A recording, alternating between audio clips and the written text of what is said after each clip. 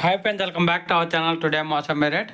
Friends, ఈ వీడియోలో మనం పులివెందుల మార్కెట్లో బత్తాయి ధరలు ఎంత పడుతున్నాయో తెలుసుకుందాము. ఈరోజు డేట్ వచ్చేసి 4వ తారీఖు 11వ నెల 2025 సంవత్సరం.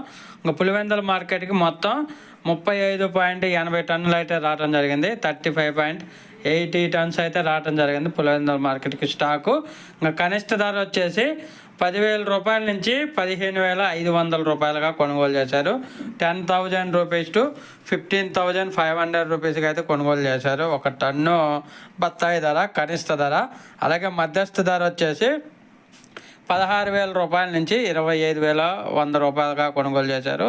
25,100 రూపీస్. 16,000 rupees to 25,100 rupees.